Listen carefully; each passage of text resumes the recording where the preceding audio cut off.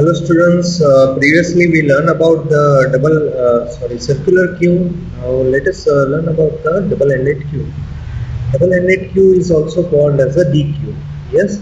Now DQ is a linear set in which insertion and deletion can be done at both the ends.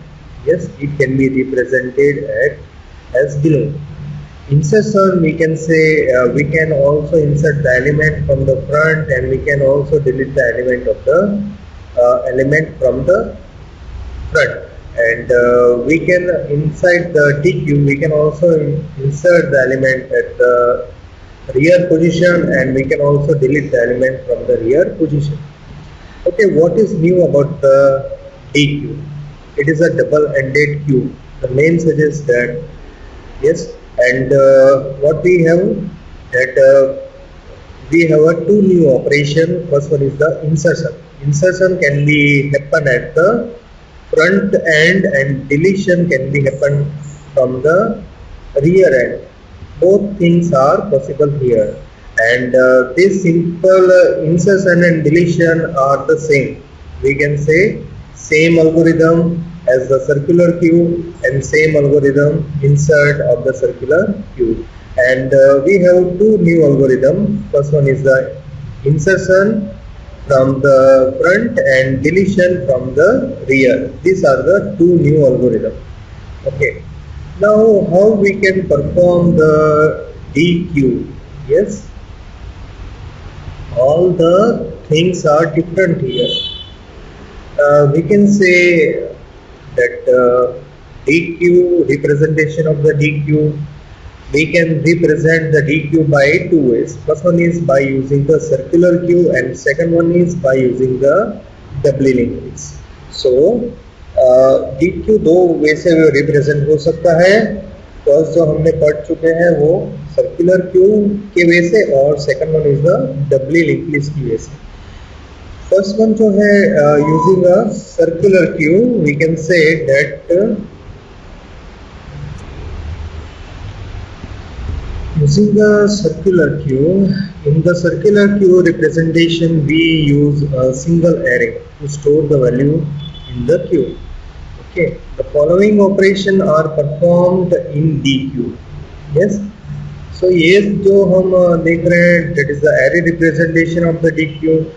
F insert यानी कि क्या, inserting the element from the front, from the, we can say, element at the front. Okay, so that is the F insert. Second one जो है, that is the delete. Delete यानी कि क्या, deleting an element at the front position of the queue. That is same as, we can say, same as circular queue.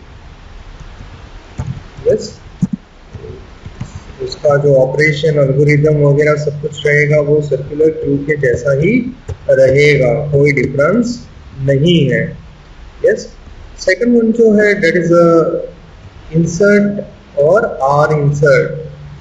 It is insert the element at the rear position. We can say same as circular queue insert.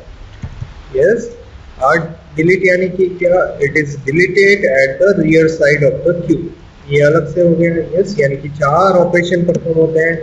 F insert, then delete, insert, or we can say R insert and R delete. F insert यानी कि क्या, front insert.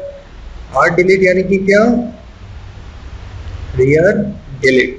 Yes, so ये हो गया हमारा array representation of the circular queue.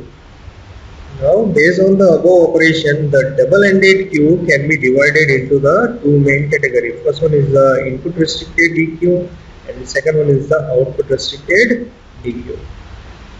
पहले देखते हैं कि इनपुट रिस्ट्रिक्टेड DQ यानी कि क्या होता है. यस, इनपुट क्या हो गया, यहाँ पर रिस्ट्रिक्ट हो गया. Yes, so it is a input restricted DQ. Input restrict हो गया यानी कि क्या, हमें यहाँ पर एक ही जगह से इंसर्ट करना है और हम डिलीट दो जगह से कर पाएंगे. So that type of queue is called as a input restricted DQ. अब फिगर में देख सकते हो that we have a delete from the front and delete from the rear. और insert कहाँ पर से हो रहा है? Only from the rear side. So that type of DQ is called as a input restricted DQ. It is a queue inside which insertion can be done at only one end and deletion can be done at the both ends. So that type of DQ is called as a input restricted DQ.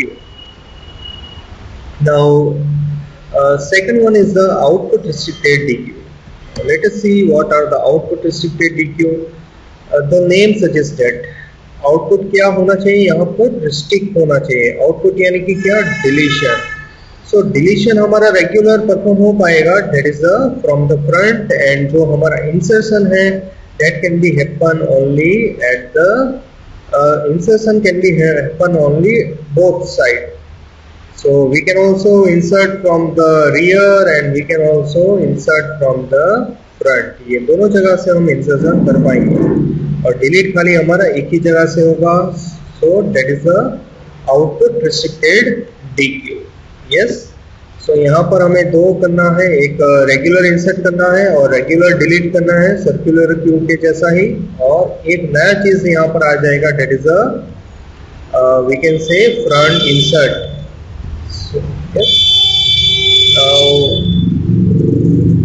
Late us see the algorithm of the we can say input restricted DQ. Yes. Algorithm के अंदर पहले हम variable को declare कर देंगे. Variable हमें कितने चाहिए? That is first one is the queue. It represent an array. F क्या रिप्रेजेंट करता है? फ्रंट को. आर क्या रिप्रेजेंट करता है? रियर पॉइंटर को. एन क्या रिप्रेजेंट करता है? We can say it is the size of the queue. It is what? Size of the queue. पहले हम ये कौन सा अल्गोरिथम कर रहे हैं? ये क्या चीज है? That is a input restricted DQ. So input यहाँ पर क्या होना चाहिए? रिस्ट्रिक्ट होना चाहिए, वी कैन से. सो यहाँ पर जो डिलीशन का अल्गोरिथम है, फ्रंट डिलीशन का, वो सेम रहेगा as your circular queue, and जो insert का जो algorithm है that will be also same as the circular queue. बस यहाँ पर हाईलाइट किया ही गया है, that we can say highlight कर देते हैं इस पर्टिकुलर लाइन को. that so algorithm of the insert and delete are same algorithm of the circular queue. Only the difference is that deletion of the element from the rear पर से हमें delete करना अलग हो जाएगा. क्यों क्या है? It is an array. Yes, ये मैं सारे समझा ही चुका हूँ. स्टेप वन क्या होगा?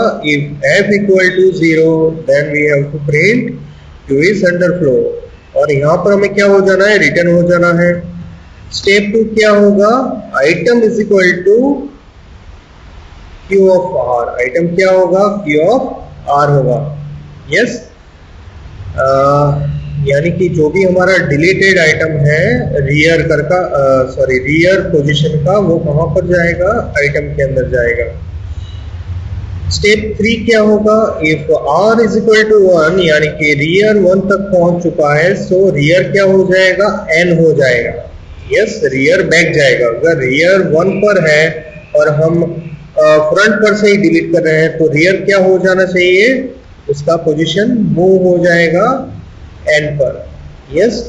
एल्स इफ स्टेप 4 के अंदर क्या करना है? F equal to R, then क्या करना है? अगर दोनों का पोजीशन सेम है डिलीट के टाइम पर किसी भी एल्गोरिथम के अंदर, तो हमें F इक्वल टू 0 करना है और R इक्वल टू 0 कर देना है. एल्स पार्ट में क्या होगा? R is equal to R minus 1, यानी कि R का पोजीशन क्या होगा? फ्रॉम द बैक साइड एक एलिमेंट डिलीट हो रहा है, तो R का पोजीशन क्या होगा? माइनस होगा बाई 1. यस, R का पोजीशन माइनस होगा बाई 1. सो ये हो गया algorithm of the Q delete. Yes. Deletion of the circular queue input restricted, उसके अंदर कैसे हो रहा है वो देखते हैं। 3 वे से होगा। पहला ये कंडीशन आएगा that when there is only one element in the queue we reset the rear pointer and front pointer by 0। Yes, पहले ये कंडीशन हो गया कि अगर हमारा f इक्वल टू 0 है और r इक्वल टू 0 है तो हमें क्या करना है, फ्रंट और रियर को 0 0 कर देना है। सॉरी, मैं यहाँ पर थोड़ा सा रॉन्ग बोल गया। फ्रंट और रियर पोजीशन अगर सेम हो तो फ्रंट को 0 करना है और r को 0 कर देना है। So after delete we can say f और r बाहर निकल जाएंगे और f और r का वैल्यू 0 हो जाएगा।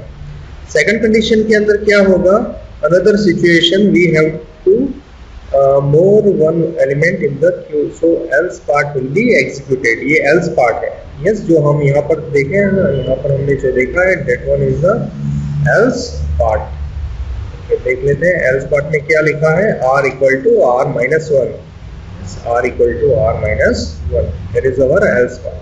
तो यहाँ पर क्या होना चाहिए, अगर हम डिलीट करें तो r equal to r minus 1, r का पोजीशन क्या है, देखो यहाँ पर f का 1 है, 2 है, 3 है और r का 4 है। सो r का पोजीशन r minus 1 क्या होगा, ये आइटम डिलीट होगा और r का पोजीशन ऐसे मूव होगा।